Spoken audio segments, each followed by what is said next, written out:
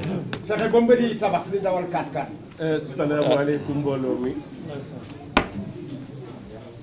di nuyu ku nekk ci sa tur ak sa sant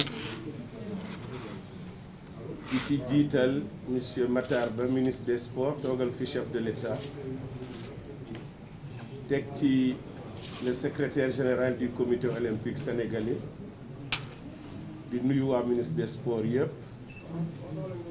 di nuyu mes proches collaborateurs au niveau du comité national le bureau sortant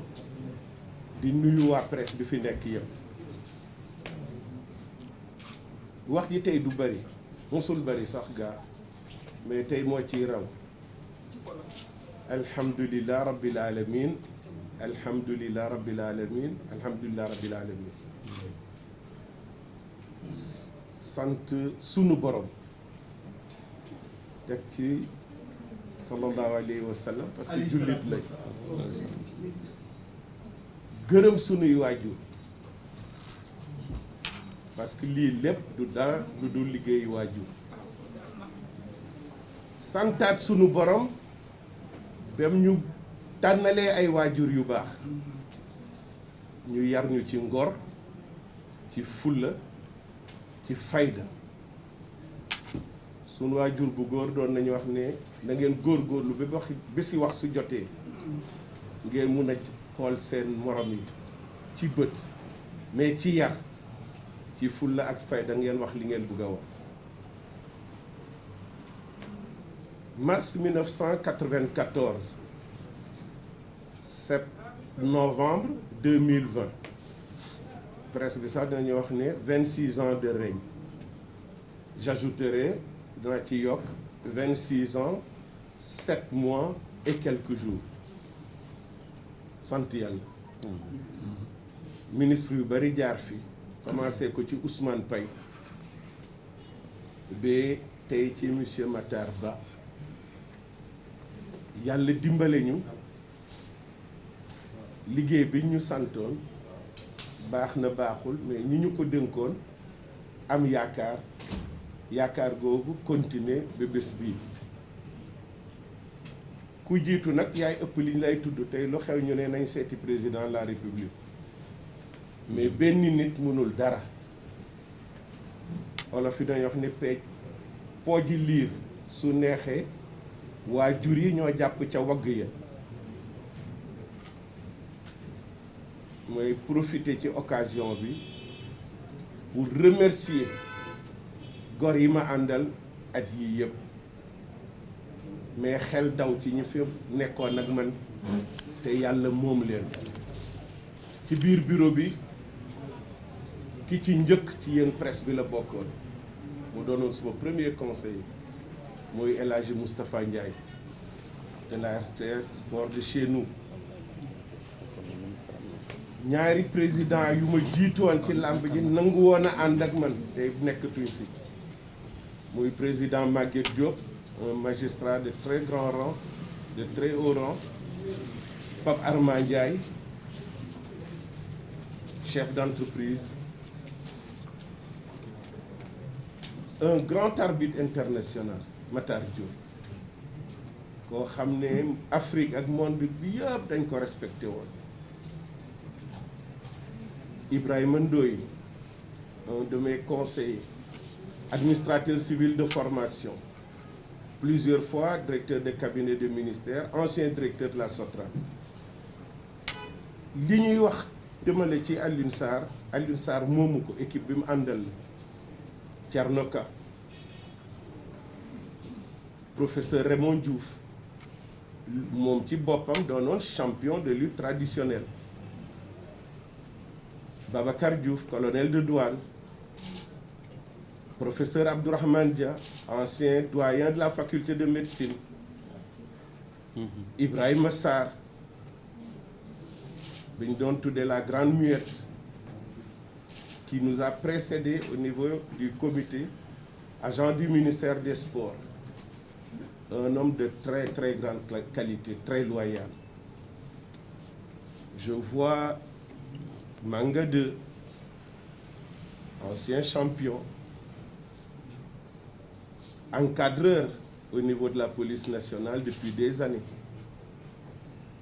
Khalifa Sow, proviseur de lycée.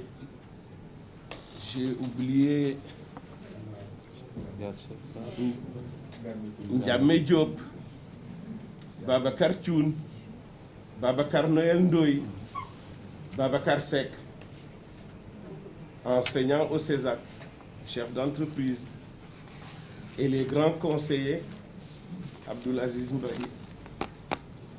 les grands champions, ñi njëkkeel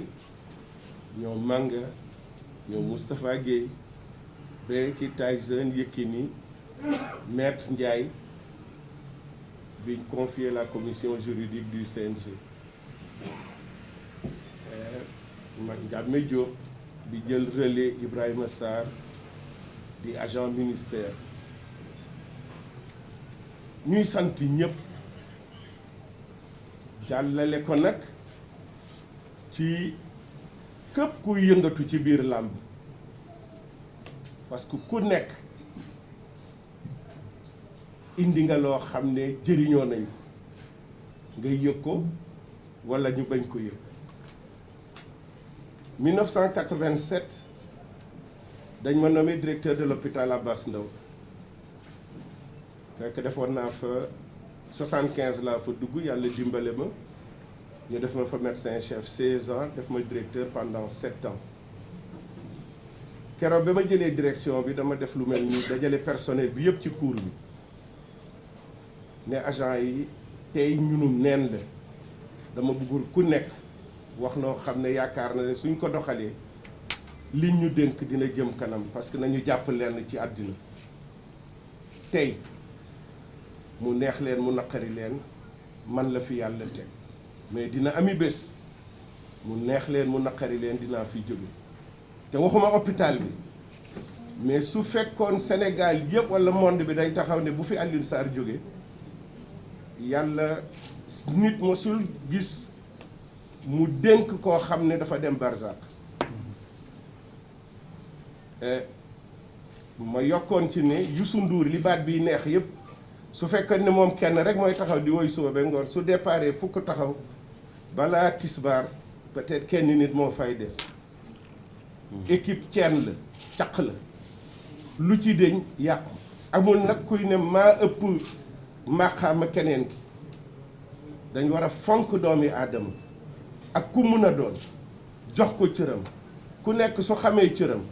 yem ci cëram coono du bari loola moo xam ne Abass Ndao moo ñu dal tey ci làmb ji suñ mission ci boppi làmbi Sénégal jeex na depuis le 31 octobre ñuy remercier ñëpp nag ñi ci jàpp ci façon bi walla façon bële parce que yàlla dafa dimbale ñu jàng métier boo xam ne dañu jàngal déglu après soo dégloo ba noppi nga jël sa responsabilité donc ñi ñuy wax ne dañ ànd ak ñun lu ñu bëgg rek la ñu bëgg dañ bokk jëmukaay ñi am yeneen xalaat te ànduñu woon it jëriñ nañ ñu parce que gën nañ ñu dimbale pour ñu xam fu ñuy teg sunu tànk pour ëllëg kenn bañ ñu jam donc ñu ngi sant ñëpp di gërëm ñëpp di balu àq ñëpp di baal ñëpp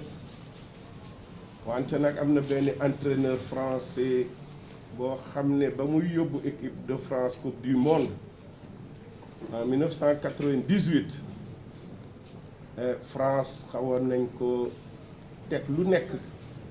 parce que kañ yaakaaroon noo ma gënoon a xarañ ca France jëlu ko woon ak ñeneen lu nekk dégg na mais keroog ba ko yàlla dimbalee mu gagné coupe bi ba ko journaliste tàndalee micro ne ko noo def ak sa gars yi mu ne baal naa ñëpp mais nag am na loo xam ne duma ko fàtte yàlla nañu yàlla dimbale yàlla nañu yàlla jàppale équipe bi ministre bi nar a installé tout à l'heure wala mu jox leen tur yi ñu ngi ñaan askani làmb yépp ñu jàpp ci ngeen atte leen ci seeni jëf suba te bañ leen a atte ci seeni mulu kanam. Assalaamu aleykum wa rahmatullahi wa barakatuh.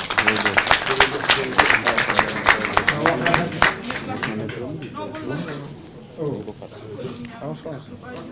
français, en quelques mots. Monsieur le ministre des Sports, représentant le chef de l'État, Monsieur Macky Sall, Son Excellence Monsieur Macky Sall,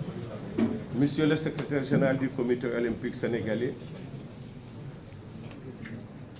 Messieurs les collaborateurs du ministre des Sports, Messieurs les membres du Comité national sortant, chers journalistes, aujourd'hui est pour nous un jour de grâce. Grâce que nous rendons au Tout-Puissant et à son prophète Mohammed sallallahu alayhi wa sallam, et des remerciements pour cette grâce que Dieu nous a donnée et nous a mis entre les mains de parents de très grande qualité humaine, qui nous ont appris la droiture, la loyauté, l'honnêteté et le sens du devoir accompli. Monsieur le ministre, soyez notre interprète auprès du chef de l'État pour tout ce qu'il a fait pour la lutte sénégalaise. Pendant des années, je me souviens un jour, après un drapeau du chef de l'État,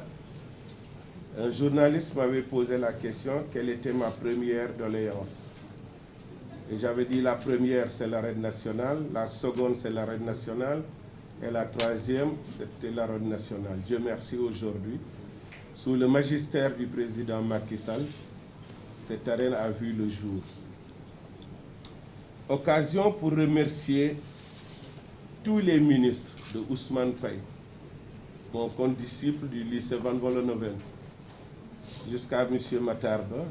tous ces ministres, certains de la presse disent qu'ils sont 13, peut-être, ou plus, je ne sais pas, qui ont eu confiance à l'équipe que j'ai dirigée. Mais cette équipe, si elle a réussi une bonne partie de sa mission, parce qu'elle est faite d'hommes et de femmes de très grande qualité. Probité morale, instruction de qualité, valeurs professionnelles. Mais une pensée pieuse pour certains de mes proches collaborateurs qui aujourd'hui sont dans l'autre monde. Que Firdaus soit leur demeure.